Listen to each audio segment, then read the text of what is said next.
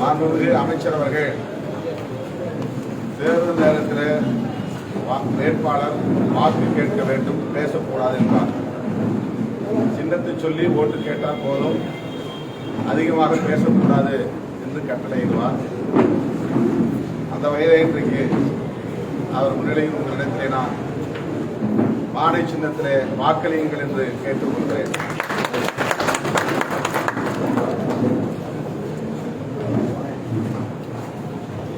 போன முறை தேர்தலில் 3000 வாக்குகள் வித்தியாசத்திலே நாம் வெற்றி பெற முடிந்தது. அந்த வெற்றிக்கு முழுமுதற் காரணம் காட்டுமன்னார்குடி தொகுதி சார்ந்த வாக்காளர்களாகிய நீங்கள் தான். நன்றி பெருக்கோடு நெய்சிலிருப்போடு பதிவு செய்ய விரும்புகிறேன். 31,000 வாக்குகள் அதிகம் இந்த தொகுதியிலே கிடைத்தது. அடுத்து சிதம்பரம் தொகுதியிலே 4,000 வாக்குகள் அதிகம் கிடைத்தது. 35,000 வாக்குகள் தான்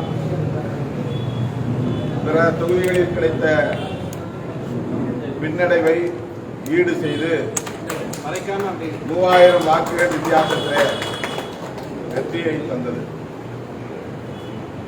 அதற்காக நான் என்றென்றும் உங்களுக்கு நன்றி கடன் பட்டிருக்கிறேன்.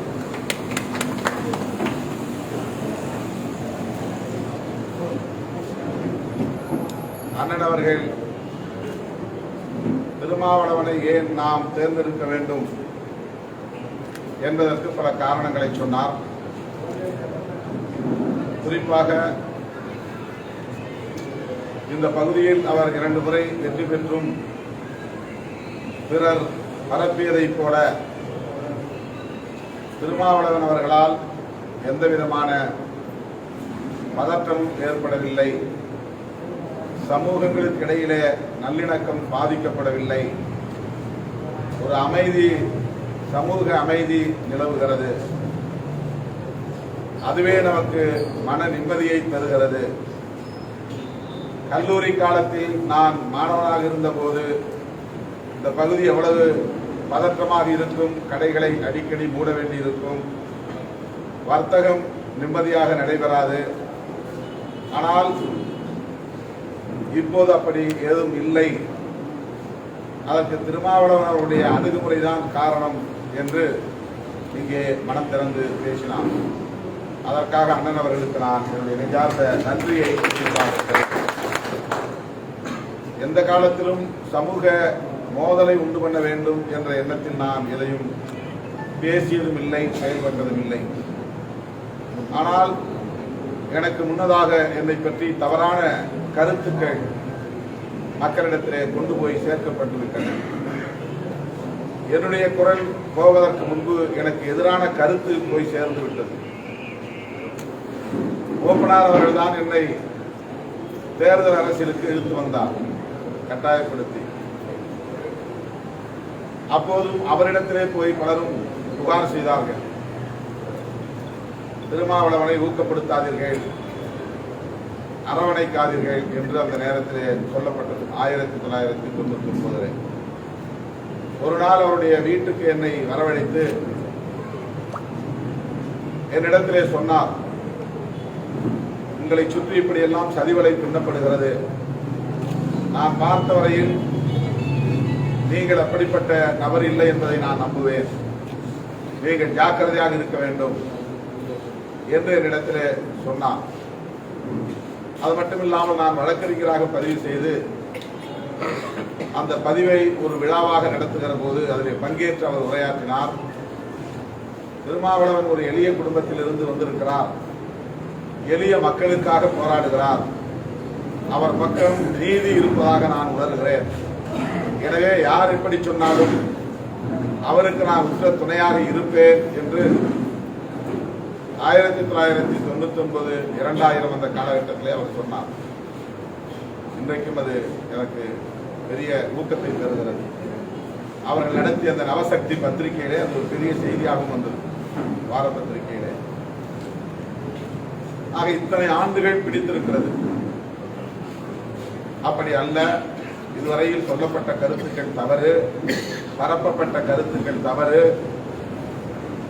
அந்த மாதிரியான சமூக முரண்களை கூர்மைப்படுத்தக்கூடிய ஒரு ஆள் இல்லை என்பதை உணர்வதற்கு, மக்கள் ஏற்பதற்கு ஒரு இடைவெளி தேவைப்பட்டிருக்கிறது. முத்தமிழறிஞர் கலைஞர் அவர்கள், அதே போல எல்லோரும் திருமாவளவனை எதற்கு உடன் வைத்திருக்கிறீர்கள், அவரை வெளியேற்றுங்கள் என்று பத்திரிகையாளர்கள் மத்தியிட கேள்வி எழுப்பிய போது அவர் பதில் சொன்னார்.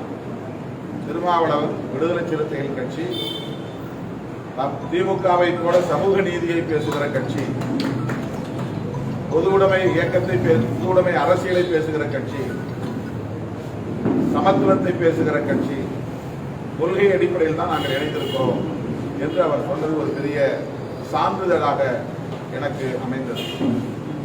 அண்ணன் அவர்கள் இன்றைக்கு என்னை கடுமையான முரண்பாடுகளுக்கு இடையிலே எனக்கு எதிரான கருத்துக்கள் பரப்பப்பட்ட காலத்திலும் என் கையை பிடித்து வீதி வீதியாக அழைத்து போனார். இப்படி உங்களை போன்ற தலைவர் பெருமக்களை எல்லாம் சந்திக்க வைத்தார். எனக்கு களம் புதிது, அரசியல் புதிது, எப்படி வாக்கு சேகரிப்பது என்று கூட எனக்கு தெரியாது, தேர்தலை எப்படி எதிர்கொள்வது என்று கூட எனக்கு தெரியாது. அந்த அரசியலை எனக்கு கற்றுத்தந்த ஒரு அரசியல் ஆசான் என்று சொல்லலாம் அண்ணன். நான் மனந்திறந்து இந்த இடத்திலே பதிவு செய்கிறேன். இப்படித்தான் வாக்கு சேகரிக்க வேண்டும், இப்படித்தான் மக்களை சந்திக்க வேண்டும் என்று இந்த களத்திலே எனக்கு தேர்தல் அரசியலை கற்றுத்தந்தவர் அண்ணன் அவர்கள். அவர் எந்த அடிப்படையிலே என்னை அப்படி அவர்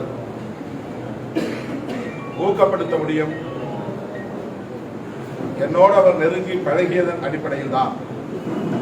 முத்தமிழறிஞர் கலைஞர் ஏற்றுக்கொண்ட அந்த ஏற்பின் அடிப்படையில் தான். மூப்பனார் போன்றவர்கள் என்னை ஏற்றுக்கொண்டதன் அடிப்படையில் தான் அண்ணன் அவர்களும் என்னோடு நெருங்கி பழகியதன் பின்னர் மற்றவர்கள் சொல்வதைப் போல திருமாவளவன் இல்லை. அவர் உடன் இருக்கிற அனைவருமே அறிவார்ந்த ஆளுமைகளாக இருக்கிறார்கள். அடுத்த நிலையிலே இருக்கிற பொதுச் செயலாளர்கள் சிந்தனை செல்வன், ரவிக்குமார் போன்றவர்களாக இருந்தாலும், ஷானவாஸ், SS பாலாஜி போன்றவர்களாக இருந்தாலும், அதற்கு அடுத்த நிலையிலே உருவாகி இருக்கிற அத்தனை பேருமே தொலைநோக்கு பார்வை உள்ளவர்களாக இருக்கிறார்கள், சமூக நல்லிணக்கத்தை விரும்பக்கூடியவர்களாக இருக்கிறார்கள் என்பதையெல்லாம் பிராக்டிக்கலாக, நடைமுறையாக அனைத்தையும் உணர்ந்த பிறகுதான் என்னை கையை பிடித்தவர் வீடு வீடாக அழைத்து போனார். அந்த நம்பிக்கையோடு தான் இன்றைக்கும் உங்களிடத்திலே அழைத்து வந்திருக்கிறார் என்பதை மீண்டும் ஒரு முறை நான் பதிவு செய்ய 24 மணி நேரத்தில் 20 மணி நேரம் நான் மக்களோடு தான் கிடக்கிறேன், மக்களுக்காகத்தான் இருக்கிறேன். எனக்கென்று என் நிலம்பலம் இருக்கிறது, அங்கே போய் பார்த்துவிட்டு வர வேண்டும் என்று நான் நேரத்தை எடுத்துக்கொண்டதில்லை. ஆடு மாடு கிடக்கிறது, ஆட்டு மாட்டை போய் பார்க்க வேண்டும் என்று நான் நேரத்தை அதற்காக செலவிட்டதில்லை. என் பெண்டு பிள்ளைகளோடு நான் கோவிலுக்கு போக வேண்டும், குளத்துக்கு போக வேண்டும், கோடைவாச ஸ்தலத்துக்கு போக வேண்டும், ஹோட்டலுக்கு போக வேண்டும் என்று நான் எனக்காக என்னுடைய நேரத்தை செலவிட்டதில்லை. என்னுடைய நேரம் முழுக்க முழுக்க மக்களோடு தான். வண்டியில் ஏறினாலும் கட்சிக்காரர்கள் தான், வண்டி விட்டு கீழே இறங்கினாலும் கட்சிக்காரர்கள் தான். என்னுடைய பயணம் முழுவதும் நான் சந்திப்பது கட்சிக்காரர்கள் தான். தமிழ்நாட்டில் இருந்தாலும் கட்சிக்காரர்கள் தான், ஆந்திராவுக்கு போனாலும் கட்சிக்காரர்கள் தான், டெல்லியிலே போனாலும் கட்சிக்காரர்கள் தான். ஆக 24 மணி நேரமும் பொதுமக்களையும் கட்சி தோழர்களையும் சந்தித்துக் கொண்டே இருக்கிற ஒரு வாழ்க்கையாகத்தான் என் வாழ்க்கை பிறந்த வாழ்க்கையாக மாறியிருக்கிறது. எனக்கென்று நான் எடுத்துக்கொள்ளுகிற நேரம் சில மணி நேரம் உறக்கம், அவ்வளவுதான்.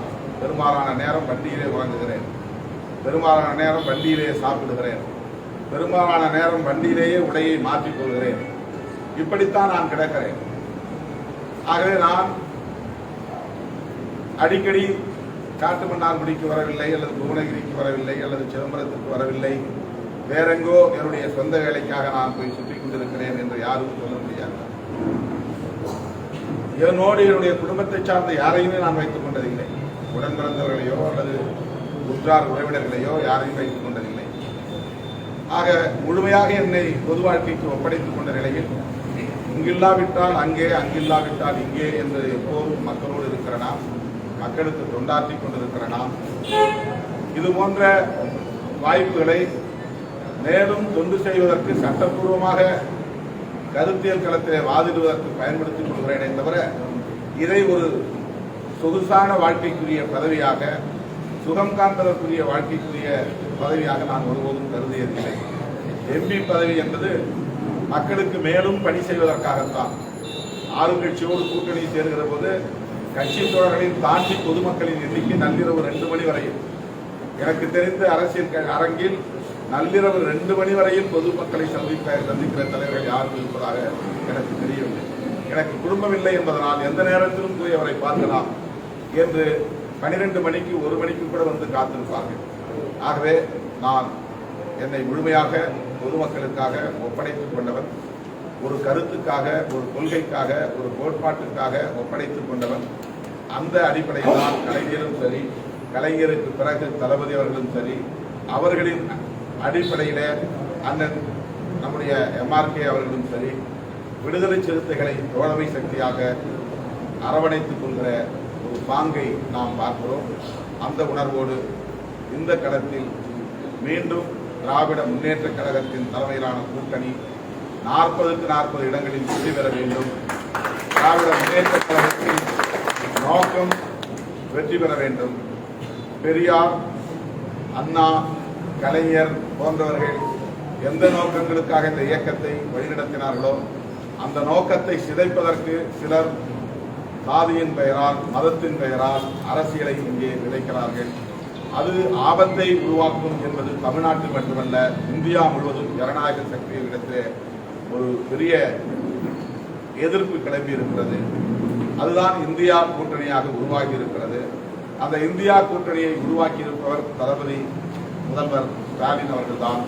அந்த கூட்டணி தமிழ்நாட்டை பொறுத்தவரையில் 40 இடங்களிலும் வெற்றி பெற்றால்தான் புதுதில்லியிலே ஒரு ஆட்சி மாற்றத்தை கொண்டு வர முடியும். GST வரி விதிப்பால் எல்லா சமுதாயத்து மக்களும் பாதிக்கப்பட்டிருக்கிறார்கள். அனைத்து தரப்பு மக்களும் பாதிக்கப்பட்டிருக்கிறார்கள். இது போன்ற பாதிப்புகளில் இருந்து நாட்டை மீட்பதற்கு சிறு குறு தொழில் கடுமையாக பாதிக்கப்பட்டிருக்கிறது, மிக கடுமையாக பாதிக்கப்பட்டிருக்கிறது. அதுபோல நாட்டு வளர்ச்சி என்பதை விட கார்ப்பரேட் வளர்ச்சி என்பதுதான் இந்த 10 ஆண்டுகளில் நிகழ்ந்திருக்கிறது. அதானி, அம்பானி போன்றவர்கள் தான் உலக பணக்காரர்களாக மாறியிருக்கிறார்கள். ஹிண்டன்பர்க் அறிக்கை என்று ஒரு அறிக்கை வெளியானது. அந்த அறிக்கை அதானியின் ஊழலை, பங்குச்சந்தை ஊழலை அம்பலப்படுத்தி இருக்கிறது. பல லட்சம் கோடி ஊழல் நடந்திருப்பதாக சொல்லப்படுகிறது. இந்தியாவில் யாரும் அதை பேசுவதே இல்லை.